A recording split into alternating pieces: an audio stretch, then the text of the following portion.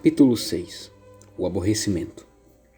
Com a vivacidade e a graça que lhe eram naturais quando se encontrava diante dos olhares masculinos, a senhora de Rênal saía pela porta avarandada do salão que abria para o jardim, quando notou, perto da porta de entrada, a figura de um jovem camponês, ainda quase criança, extremamente pálido e com o ar de quem acabara de chorar. Vestia uma camisa branca e trazia sob o braço uma jaqueta de fazenda roxa. A pele desse jovem camponês era tão alva, seus olhos tão doces, que o espírito um pouco romântico da senhora de Rênal imaginou que podia ser uma moça disfarçada que vinha pedir algum favor ao presidente. Apiedou-se desta pobre criatura, parada junto à entrada, e que evidentemente não ousava erguer a mão até a campainha. A senhora de Rênal aproximou-se, distraída por um instante de amarga aflição que lhe causava a chegada do preceptor. Julian, voltado para a porta, não a via se aproximar. Tremeu quando uma voz meiga disse bem perto do seu ouvido: "Que desejas aqui, meu filho?" Julian voltou-se rapidamente e, admirado do olhar tão cheio de graça da senhora de Rênal, esqueceu parte da sua timidez. Dentro em pouco, espantado por sua beleza, esqueceu tudo, mesmo o que vinha fazer. A senhora de Rênal repetiu sua pergunta. Venho para ser preceptor, senhora, disse-lhe, enfim, envergonhado das lágrimas que enxugavam o melhor que podia. A senhora ficou paralisada. Estavam bem próximos um do outro, olhando-se. Julian nunca vira uma pessoa tão bem vestida e, sobretudo, uma mulher com uma cor tão deslumbrante, ao dirigir-lhe a palavra num ar tão doce. A senhora de Rênal notava as grossas lágrimas que haviam parado nas faces de início tão pálidas e agora tão rosadas daquele jovem camponês. Pouco depois, desatou a rir, com a despreocupada alegria de uma garota. Caçoava de si mesma e não podia imaginar toda a sua felicidade. Ora, era esse então o preceptor que ela supunha um padre sujo e mal vestido, vindo para ralhar e castigar suas crianças. "Então, senhor", disse-lhe, "o senhor conhece latim?" Este tratamento de senhor intrigou tanto Julian que o fez meditar por um momento. "Sim, senhora", respondeu timidamente. A senhora de Rênal estava tão feliz que se atreveu a perguntar a Julian: "O senhor não ralhará em demasia com as minhas pobres crianças?" "Eu ralhar com elas?" disse Julian, espantado. "Por que motivo?" "O senhor me promete", acrescentou ela, depois de um pequeno silêncio e numa voz em que a emoção crescia a cada instante, "que será bom para elas, não é verdade?" Ouvir-se chamar de novo de senhor, de modo bem sério, e por uma dama tão bem vestida, estava acima de todas as previsões de Julian. Em todos os castelos da Espanha, de sua mocidade, ele se dizia: nenhuma senhora do valor ousaria tratar com ele enquanto não estivesse com um belo uniforme. A senhora de Rênal, por seu lado, estava completamente perturbada pela beleza da pele, pelos olhos negros e grandes de Julian e por seus bonitos cabelos, mais frisados que de costume. Porquanto, para se refrescar, acabara de mergulhar a cabeça na bacia da fonte pública. Com grande alegria, encontrava nesse preceptor fatal um ar tímido de garota, e ela, que tanto receara sua dureza e aspecto desagradável. Para a alma tão tranquila da senhora de Rênal, o contraste entre seus temores e aquilo que via foi um grande acontecimento. Refez-se, enfim, de sua surpresa. Ficou espantada de encontrar-se assim à porta de sua casa com aquele jovem, quase apenas de camisa e tão perto dele. "Entremos, senhor", disse-lhe com um ar embaraçado. Em sua vida, nunca uma sensação de puro prazer emocionara tanto a senhora de Rênal. Nunca uma aparição tão agradável sucedera aos mais inquietantes temores. Seus lindos filhos, assim, tão cuidados por ela, não caíram nas mãos de um padre sujo e resmungão. Mal entrou no vestíbulo, voltou-se para Julian, que a acompanhava timidamente. Seu ar espantado ante uma casa tão bonita era uma graça a mais aos olhos da senhora de Rênal. Custava-lhe acreditar. Parecia-lhe, sobretudo, que o preceptor devia trajar uma roupa escura. "Mas é verdade, senhor", disse-lhe, parando outra vez e temendo mortalmente se enganar. De tal modo, esta criança a deixava feliz. "Que conhece latim?" Essas palavras chocaram o orgulho de Julian e dissiparam o encanto em que vivia há uns 15 minutos. Sim, senhora, respondeu-lhe procurando assumir um semblante glacial. Sei tanto latim quanto o senhor cura, que tem a mesma bondade de algumas vezes dizer que sei mais do que ele. A senhora de Renal achou a Julian um certo ar grosseiro. Parara a 2 passos dela. A senhora se aproximou e lhe disse a meia voz: nos primeiros dias o senhor não castigará as crianças, mesmo que elas não saibam a lição, não é verdade? Este tom suave e quase de suplícia de uma senhora tão bela fez Julian esquecer o que devia à sua reputação de latinista. O semblante da senhora de Renal estava perto de seu e ele sentiu o perfume das roupas do verão de uma mulher, coisa espantosa para um pobre camponês. Julian enrubesceu intensamente e disse, com um suspiro e uma voz desfalecida: não tema nada, senhora. Vou obedecer-lhe em tudo. Foi apenas nesse instante, quando sua preocupação para com as crianças se dissipou, que a senhora de Renal ficou impressionada com a extrema beleza de Julian. A forma quase feminina de seus traços e seu ar de embaraço não pareceram de modo algum ridículos a uma mulher também tímida ao extremo. O caráter másculo que usualmente se acredita necessário para a beleza de um homem lhe causava temor. Qual a sua idade, senhor? Perguntou a Julian. Em breve completarei 19 anos. Meu filho mais velho tem 11 anos. Continuou a senhora de Renal tranquilizada. Será quase um companheiro para o senhor. O senhor deve tratá-lo racionalmente. Uma vez seu pai quis lhe bater. O menino ficou doente durante uma semana. E isso porque não passou de uma pequena pancada. Que diferença quanto a mim, pensou Julian. Ainda ontem fui surrado. Os ricos são felizes. A senhora de Renal já percebia as menores nuances do que se passava no espírito do preceptor. Interrompeu aquele movimento de tristeza como sendo timidez e quis encorajá-lo. Como é o seu nome, senhor? Indagou com um tom e uma graça de que Julian percebeu todo o encanto, sem poder conscientemente se dar conta. Chamam-me Julian Sorel, senhora.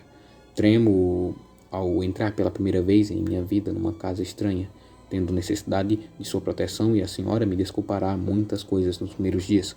Nunca estive no colégio. Eu era muito pobre. Nunca falei com outros homens além do meu primo, o cirurgião Mó, membro da Legião de Honra do Senhor, e também do senhor cura, o Shelan. Ele lhe dará boas informações sobre mim. Meus irmãos sempre me bateram. Não acredite se eles falarem mal de mim. Perdoe minhas faltas, senhora. Nunca as cometerei mal intencionado.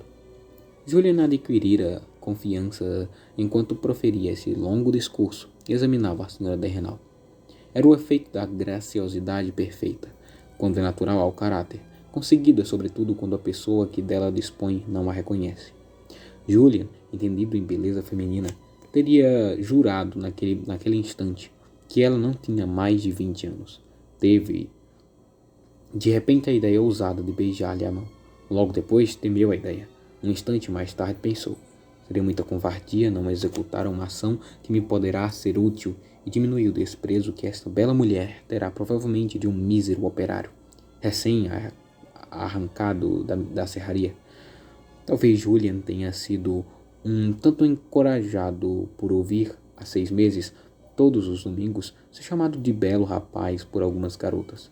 Durante este debate interior, a senhora de Renal lhe dirigiu 2 ou 3 palavras de recomendação sobre o modo como deveria começar com os meninos.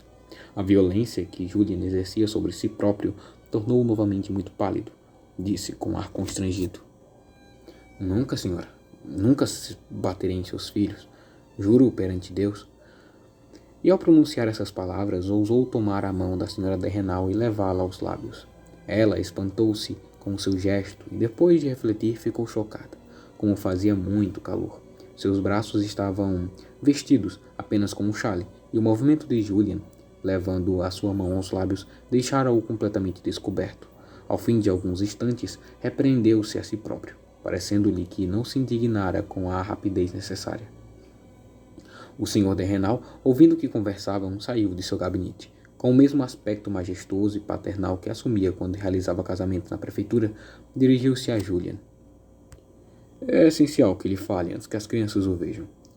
Fez Julian entrar no quarto e reteve sua mulher, que queria afastar-se para deixá-los a sós, Com a porta fechada, o Sr. de Renal sentou-se com gravidade. O Sr. Cura me disse que o senhor é um bom sujeito. Todos aqui o tratarão com respeito e, se eu ficar satisfeito, ajudarei depois para que se estabeleça. Quero que não veja mais nem seus pais, nem seus amigos. As maneiras deles não convêm aos meus filhos. Eis os 36 francos pelo primeiro mês. Mas exijo sua palavra de não entregar um tostão deste dinheiro a seu pai. O Sr. de Renal estava aborrecido com um velho, que neste assunto tinha sido mais arguto do que ele. Agora, senhor, pois de acordo com as minhas ordens, todos aqui vão chamá-lo de senhor e sentirá a vantagem de entrar numa casa de pessoas educadas. Agora, senhor, não convém que as crianças o vejam de jaqueta. Os criados o viram? Perguntou o Sr. de Renal à sua mulher. Não, meu amigo, respondeu ela com um ar profundamente pensativo. Melhor, ponha isto, disse ao rapaz surpreso, dando-lhe uma sobrecasaca sua. Vamos para a casa do Sr. Durante e o negociante de fazendas. Mais de uma hora depois, quando o Sr. Terrenal voltou com um novo preceptor, todo vestido de negro, encontrou sua mulher sentada no mesmo lugar. Ela se sentiu tranquilizada pela presença de Julian, e ao examiná-lo esquecia que lhe tinha medo. Julian não pensava nela. Malgrado toda a sua desconfiança do destino e dos homens, sua alma neste momento era semelhante à de uma criança. Parecia-lhe ter vivido anos desde o instante em que, 3 horas atrás, encontrava-se tremendo na igreja. Notou o aspecto glacial da senhora de Renal e compreendeu que ela se encolerizara com o seu ato de beijar-lhe a mão. Porém, o sentimento de orgulho dado pelo contato de roupas tão diversas das que costumava usar o punha de tal maneira fora de si e sentia tanta vontade de esconder sua alegria que todos os seus movimentos tinham qualquer coisa de brusco e de louco. A senhora de Renal o contemplava com um olhar de admiração. Gravidade, senhor, disse-lhe o Sr. de Renal, se quiser ser respeitado por meus filhos e pelos demais. Senhor, respondeu Julian, sinto-me muito atrapalhado nessas roupas novas. Eu, pobre camponês, só usei até hoje jalecos. Vou, se me permitem, fechar-me em meu quarto. Que lhe parece esta nova aquisição? Perguntou o Sr. de Renal à sua mulher. Por um momento quase instintivo e do qual, por certo, ela não se deu conta, a senhora de Renal disfarçou a verdade ao marido. Não estou tão encantada com esse jovem camponês quanto você. Suas alterações vão transformá-lo a tal ponto num impertinente que seremos obrigados a despedi-lo antes de um mês. Ora. Ele me custará 100 de francos e Verrias se acostumará a ver um preceptor dos meninos do Sr. de Renal. Esta finalidade não seria preenchida se tivesse deixado Julian com suas vestes de operário. Se o despedir, ficarei, é claro, com o terno escuro que acabo de mandar fazer. Só lhe restará esse que encontrei feito no alfaiate e com o qual está atrajado. A hora em que Julian esteve no quarto pareceu um instante a senhora de Renal. As crianças, às quais se anunciara um novo preceptor, cobriam sua mãe de perguntas. Julian, enfim, apareceu. Era outro homem. Seria falar pouco dizer que tinha um ar grave. Era a própria gravidade encarnada. Foi apresentado às crianças e lhes falou com uma expressão que deixou admirada a própria senhora de Renal. Estou aqui, senhores, disse-lhes, acabando sua alocução, para ensinar-lhe latim. Sabem o que é recitar uma lição? Está aqui a Bíblia Sagrada. Acrescentou, indicando um pequeno volume em 32, encadernado em preto. Trata-se, em especial, da história de nosso Senhor Jesus Cristo. É a parte que se chama o Novo Testamento. Farei com que recitem muitas vezes as lições. Façam-me recitar a minha. Adolf, mais velho, tinha aberto o livro. Abra ao acaso, continuou Julian, e diga-me a primeira palavra de uma linha. Recitarei de memória o primeiro livro. Regra da conduta de todos nós, até que vocês me façam parar. Adolf abriu o livro, leu uma palavra e Julian recitou a página inteira com a mesma facilidade que teria em falar francês. O Sr. de Renal olhou para sua mulher com um ar de triunfo. As crianças, vendo o espanto dos pais, arregalaram os olhos. Um criado chegou à porta do salão. Julian continuou a falar latim. O criado, de início, ficou imóvel e depois desapareceu. Dentro em pouco, as criadas de quarto da senhora e a cozinheira chegaram perto da porta. Àquela altura, Adolf já abrira o livro em 8 diferentes locais e sempre Julian recitava com a mesma facilidade. Ah, meu Deus! O belo padrezinho, exclamou bem alto a cozinheira, boa moça e de extrema devoção. O amor próprio do Sr. Ternal estava inquieto. Longe de pensar em examinar o preceptor, ocupava-se em descobrir em sua memória algumas palavras latinas. Pôde enfim dizer um verso de Horácio. Julian, que só conhecia o latim da Bíblia, respondeu franzindo as sobrancelhas. O santo ministério a que me destino proibiu-me de ler um poeta tão profano. O Sr. de Renal citou um número imenso de pretensos versos de Horácio. Explicou às crianças quem era Horácio, mas estas, presas de admiração, não escutavam o que ele dizia. Estavam fixadas em Julian. Os criados estavam sempre à porta e Julian achou que devia prolongar a prova. É preciso, disse ao mais novo dos meninos, que o Sr. Steinlich Xavier também me indique uma passagem do livro sagrado. O pequeno Stanislas, todo vaidoso, leu como pôde a primeira palavra de uma linha, e Julian desfiou toda a página. Para que nada faltasse ao triunfo do Sr. Terrenal, enquanto Julian recitava, entraram o Sr. Valenotte, o proprietário dos belos cavalos normandos, e o Sr. Charcot, de Maugiron, subprefeito do distrito. Esta cena valeu a Julian o título de senhor. Os criados tampouco ousavam recusar-lhe tal tratamento. De noite, toda Verrias afluiu à casa do Sr. de Renal para ver a maravilha. Sua glória estendeu-se com tanta rapidez na cidade que, por dias passados, o Sr. de Renal, temendo perdê-lo, propôs-lhe assinar um contrato por 2 anos. Não, senhor, respondeu Julian com frieza. Se o senhor quiser me despedir, serei obrigado a sair. Um contrato que me liga sem contraste, o obrigar a nada, não é legal. Eu recuso. Julian soube se portar tão bem que 1 mês depois de sua chegada, o próprio Sr. de Renal o respeitava.